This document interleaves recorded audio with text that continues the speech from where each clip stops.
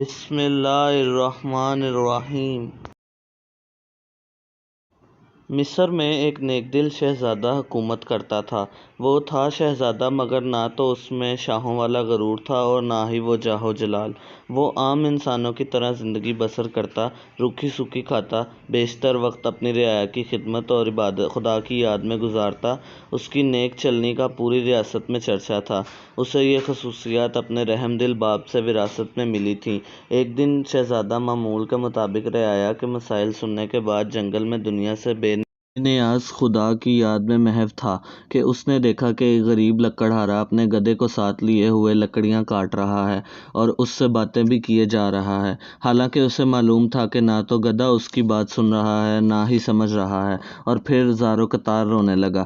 شہزادہ یہ دیکھ کر بہت حیران ہوا۔ لکڑہارا روزانہ لکڑیاں کاٹتا، گدھے سے چند باتیں کرتا اور پھر پھوٹ پھوٹ کے رونے لگتا۔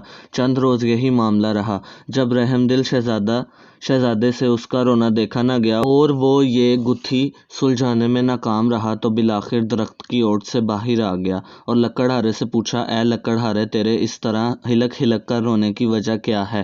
غریب بوڑھا ہمدرد انسان سامنے پا کر اور شدت سے رونے لگا اور سسکیوں کے ساتھ اپنی بدبختی کی کہانی سنانے لگا۔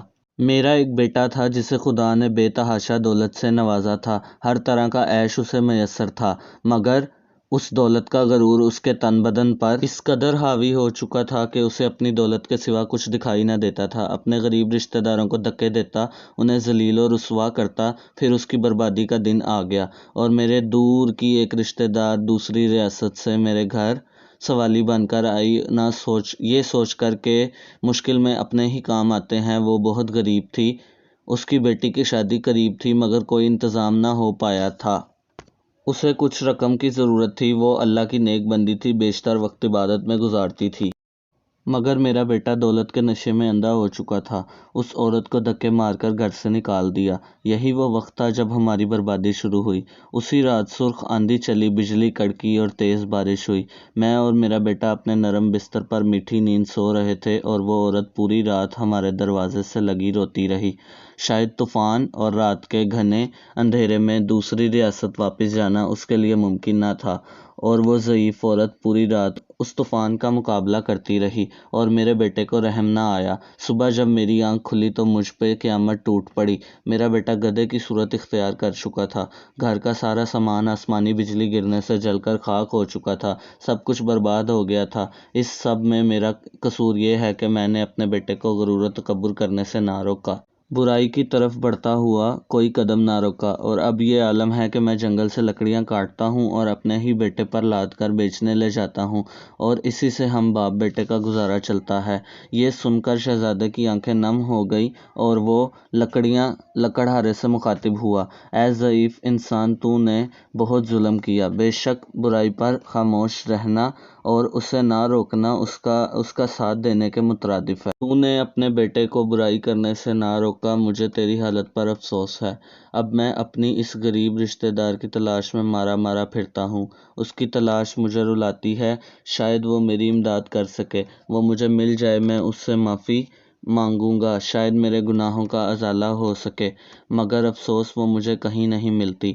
یہ کہہ کر لکڑہارا رونے لگا۔ شہزادے نے اس کے آنسو پونچھے اور اس سے کہا، تو اپنے گناہوں کی معافی اللہ سے مانگ، وہ بہت رحیم ہے۔ اگر اس نے تجھے معاف کر دیا تو وہ تجھے اس عورت تک پہنچنے کا کوئی نہ کوئی سبب ضرور بنا دے گا۔ بوڑھا لکڑہارا اسی وقت سجدے میں گر کر ہلک ہلک کر اپنے گناہوں کی معافیاں مانگنے لگا۔ اچانک دور سے کسی کے گھوڑے کے ٹاپوں کی آواز سنائی دینے لگی۔ ایک خوبصورت شہزادی سفید رنگ کے حسین گھوڑے پر سوار تھی۔ قریب آ کر شہزادے سے مخاطب ہوئی، اے شہزادے، آخر یہ کیا ماجرا ہے؟ شہزادے نے بوڑھے کی رام کہانی شہزادی کو سنا دی۔ شہزادی کی آنکھوں میں آنسو جاری ہو گئے اور وہ گھوڑے سے اتری اور لکڑہارے سے کہنے لگی، میں ہی ہوں وہ لڑکی جس کی ماں تیرے در پر سوالی بن کر آئی تھی، مگر اے بدبخت، تیرے مغرور بیٹے نے اس نیک عورت کی زندگی ہی چھین لی۔ ساری رات تیرے دروازے پر تیز بارش میں طوفان کا مقابلہ کرتی رہی کہ شاید تجھے رحم آ جائے۔ بالآخر تیز بارش کی ٹھنڈی بوندوں کو وہ بوڑھی جان برداشت نہ کر سکی اور دنیا سے چلی گئی۔ جب صبح ہوئی تو رحم دل بادشاہ معمول کے گشت پر تھا۔ اس کا وہاں سے گزر ہوا وہ میری ماں کو جب گھر لایا تو ماں کی لاش دیکھ کر میرے پیروں تلے سے زمین ہی نکل گئی۔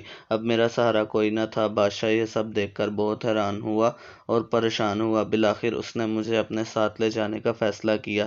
کچھ عرصہ میں اس کے محل میں رہی اور اس نے مجھے نیک لڑکی پا کر اپنے بیٹے سے میری شادی کرا دی۔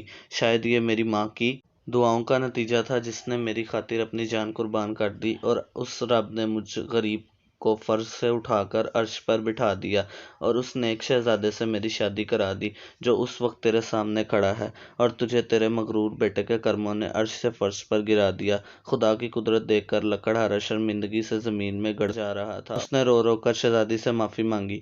شہزادی بہت رحم دل تھی۔ لکڑہارے کے آنسوؤں سے اس کا دل بھر آیا اور اس نے اس کو معاف کر دیا۔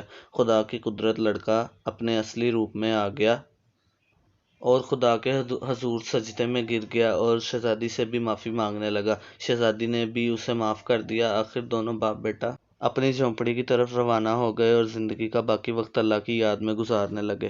اگر آپ کو میری یہ کہانی پسند آئی ہے تو مزید اس طرح کی کہانیوں کے لیے میرے چینل کو سبسکرائب کریں اور بیل آئیکن کو ضرور دبائیں تاکہ آئندہ آنے والی کہانیوں کے نوٹیفیکیشن سب سے پہلے آپ کو مل سکے۔